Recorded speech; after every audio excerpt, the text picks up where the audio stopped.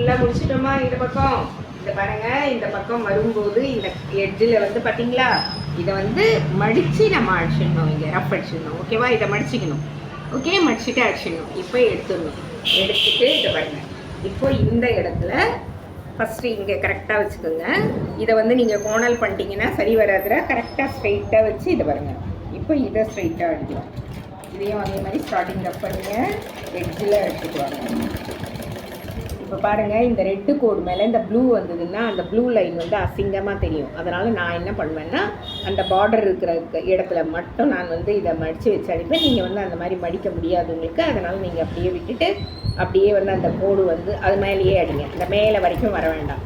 நான் என்ன பண்ணுவேன், அந்த ப்ளூவை மடிச்சிடுவேன். நான் அந்த பார்டர் இருக்கிற வரைக்கும் மடிச்சுட்டு அடிப்பேன். ஏன்னா எனக்கு வந்து அந்த ரெட்டு கோடு வந்து அந்த ப்ளூ கோடு வந்து அந்த பார்டர் வரைக்கும் தான் வரணுன்றதுனால நான் அப்படி மடிச்சிடுவேன். ஆனால் கற்றுக்கிற பசங்களுக்கு வந்து அது கஷ்டம். ஆனால் நான் சொல்லித்தரேன், நீங்கள் செய்கிறவங்க செய்துக்கலாம். கரெக்டாக அந்த பார்டர் வந்து அது வரைக்கும் தான் இருக்கணும். அப்போ தான் வந்து பேக்கில் திருப்பணுன்னா சூப்பராக இருக்கும் நம்மளுக்கு பார்க்கறதுக்கு. இல்லைன்னா இது எக்ஸ்ட்ராவாக வரும். புரியுதா? அவ்வளோதான். இப்போ நம்ம ஃபுல்லாக பாருங்கடா, இது வந்தது இல்லையா? அதை முடிச்சுட்டேன்.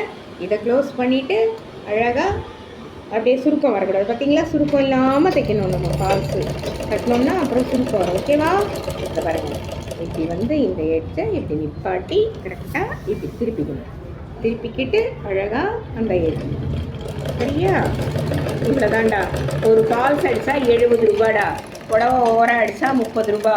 ஒரு ஃபால்ஸு ஓரம் அடித்து கொடுத்தாலே 100 ரூபா. நம்ம வந்து மெஷின் மெரிக்க கற்றுக்கிட்டாலே நம்ம வந்து அழகாக பண்ணலாம். இங்கே பார்த்தீங்களா, நான் சொன்ன மாதிரி அந்த மாதிரி இதை பாருங்கள். இதை மடித்து அடிச்சு